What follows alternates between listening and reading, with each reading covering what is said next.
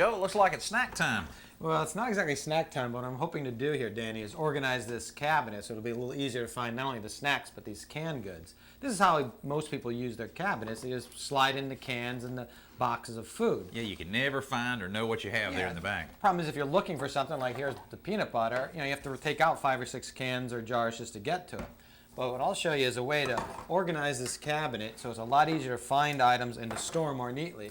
And all you need are a few 2x4s. Okay. So we start by just emptying out the cabinet, and then just cut 3 2x4s so they're a little shorter than the inside dimension of the cabinet, just so you can slide them into place. You put 2 in the back and set these 2 on edge like this. You need 2 of them just to make a wide enough base to hold the cans. I see. Then you take a third one and just set it flat. So you create this sort of 3-step tiered system.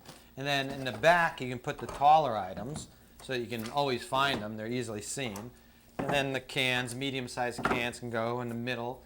And then the shorter items can go up front. And what it allows you to do is, even if they overlap one another a little bit, you can still see what's all the way in the back. And I guess if you wanted to, you could actually stain or paint the pieces of wood to kind of make it blend in. You could, but as you can see, once it's loaded up, you don't even really see the 2x4s. Well, this tip's kind of making me hungry. Here, let me try it.